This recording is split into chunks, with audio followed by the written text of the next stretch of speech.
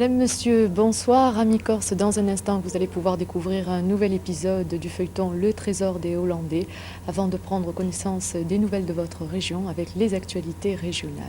Quant à vous, téléspectateurs de Provence, Alpes, Côte d'Azur, dans un tout petit instant, un flash d'information suivi d'une page spéciale, 19h15, les actualités régionales.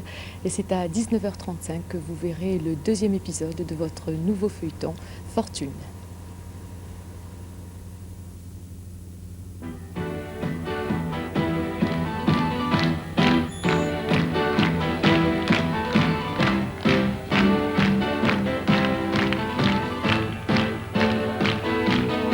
Samedi 3 mars à 18h sur FR3, le troisième numéro de tremplin.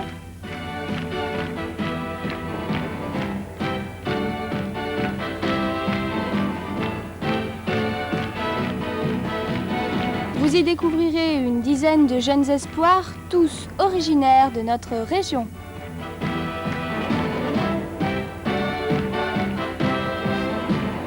Un cadre fabuleux, merveilleux.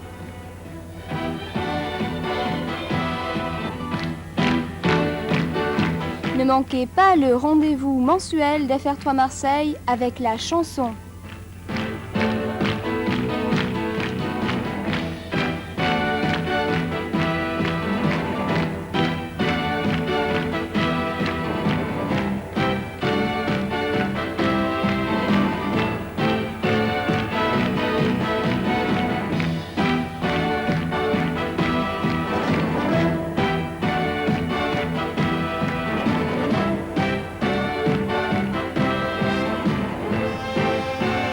Samedi 3 mars à 18h, tremplin. L'invité d'honneur, Marie-Paul Bell.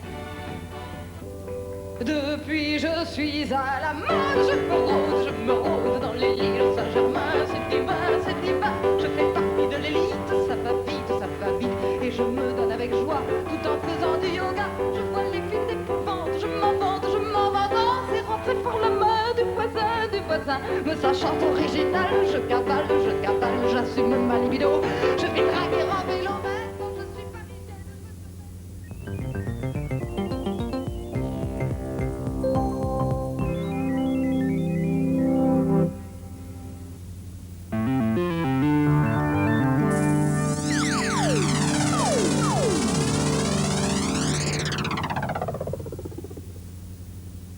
Bonsoir. La troisième mi-temps du match France-Angleterre a eu pour théâtre hier soir le quartier du Parc des Princes. De véritables scènes de combat se sont déroulées dans la rue, la barre de fer étant l'arme favorite des supporters britanniques, ces Southern Hooligans. Il y a eu cependant un blessé par coup de hache, un autre par arme blanche. Les dégâts sont difficiles à chiffrer, mais ils sont importants, essentiellement des pare-brises. Ils sont bien tabassés, tout simplement. Tous les clients sont partis sans payer, les clients du restaurant. Personne n'avait terminé de manger. Alors ils ont cassé la vitrine avec les chaises de la terrasse. Avec les chaises de dehors et des matraques. D'ailleurs, vous pouvez voir, voilà, c'est un élément du bar d'à côté. C'est un montant de vitrine avec qui ils ont cassé. Oui, c'est du sang. Je crois qu'il faut une action sévère.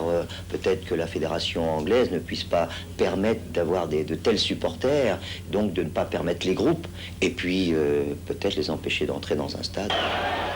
La presse britannique, qui était installée dans une campagne anti-française depuis une quinzaine de jours, se trouve donc embarrassée. Du shocking, les quotidiens anglais titrent en première page aujourd'hui, je les cite, « La honte, la dégueulasserie ou les bandits du football ». Et un député européen anglais a demandé, même aujourd'hui à Bruxelles, des sanctions contre ses concitoyens barbares.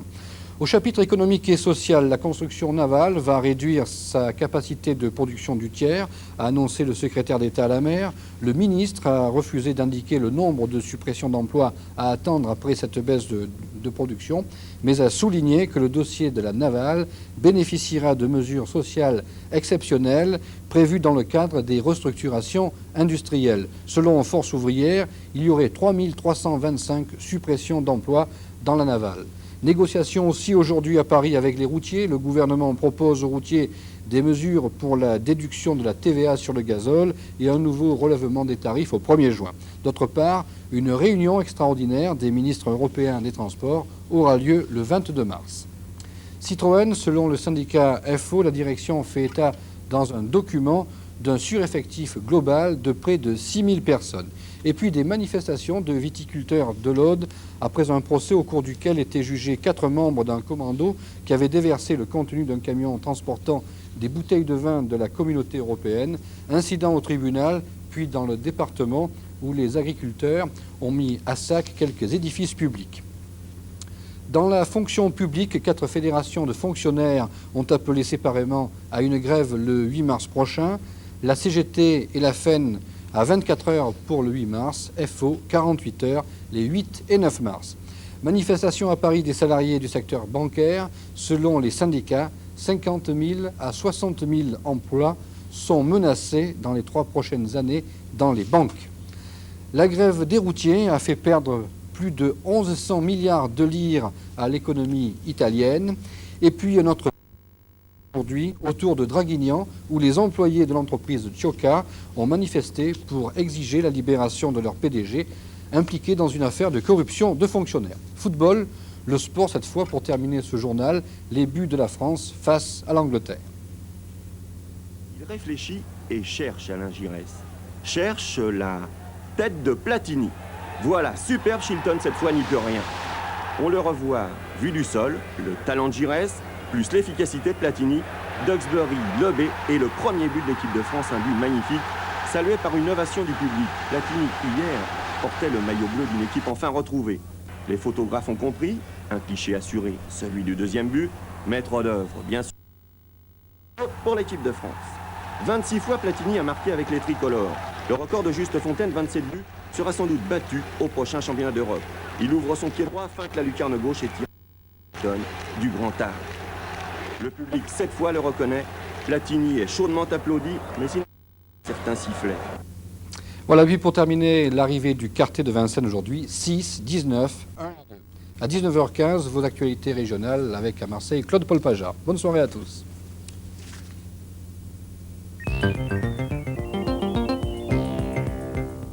Une affiche dense et variée pour vos sorties cinéma cette semaine. De nouveaux films, mais également des continuations que nous vous présenterons ce soir, comme ce Garde du corps de François Leterrier, avec Jane Birkin, Sami Frey et Gérard Jugnot. Une comédie légère faite de quiproquos, de rebondissements, un film d'amour enfin qui ne se prend pas au sérieux, dit son auteur. Non! Non! Docteur! Attendez-moi! Attendez-moi! L'étincelle est sortie hier. Ce film, une comédie encore signée Michel Lang, est interprété par Roger Hanin et Clio Goldsmith. Ravissante peut-être, mais peu convaincante comédienne. Je vais t'expliquer. Et toi, tu t'occupes de tes boulettes ou quoi? Mais qu'est-ce que tu vas m'expliquer? Hein? Que dis-toi toujours avec tes faces mains? Mais moi, je suis pas une face main, figure-toi. Je suis une femme libre. Tu comprends? Libre. Et si j'ai quitté mon mari, c'est pas pour retomber dans le harem de Monsieur Cardona. Les Cavaliers de l'Orage, que l'on peut voir depuis le 15 février, ont été réalisés par Gérard Vergès. Gérard Klein, Marlène Jobert et Vittorio Mezzogiorno sont les protagonistes de ce western romantique. Un baiser pour le champion.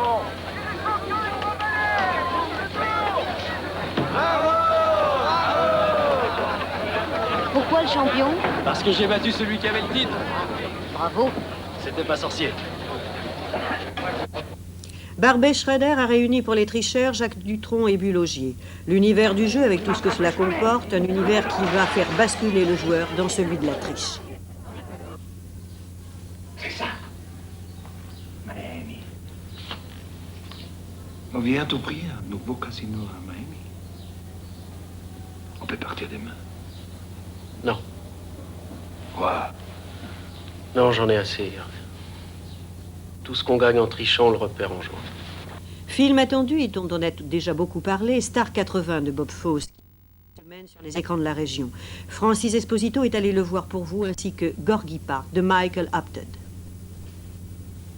Fait divers tragique, l'assassinat par son Pygmalion de Dorothy Stratten, élue Playmate de l'année 1980 par le magazine Playboy, a servi d'argument au cinéaste américain Bob Fosse pour son nouveau film Star 80. Avec ce 5e film, Bob Fosse, l'auteur de Lenny, de Cabaret, de All That Jazz, qui avait eu une palme d'or bien méritée à Cannes, poursuit son analyse des milieux du spectacle. Star 80 est conçu comme un pulse gigantesque dont la dernière pièce serait le meurtre de Dorothy Stratten. Alors aucun suspense, Bob Fosse l'a voulu ainsi, mais plutôt une enquête qui mêle à la fois les documents reconstitués, 4 ans de recherche pour le cinéaste, ainsi que les différents témoignages et une certaine part de fiction indispensable. Découpage et montage du film sont d'une très grande minutie. Quant aux acteurs, ils sont excellents, Bob Fosse les aime bien et ça se sent tellement il a tiré de le maximum. Marielle Hemingway est allée jusqu'à subir une opération chirurgicale pour avoir exactement la même poitrine que Dorothy Stratten. Eric Roberts, le marin amoureux de Sissy Spacek dans The Raggedy Man, est un psychopathe surprenant, perpétuellement à la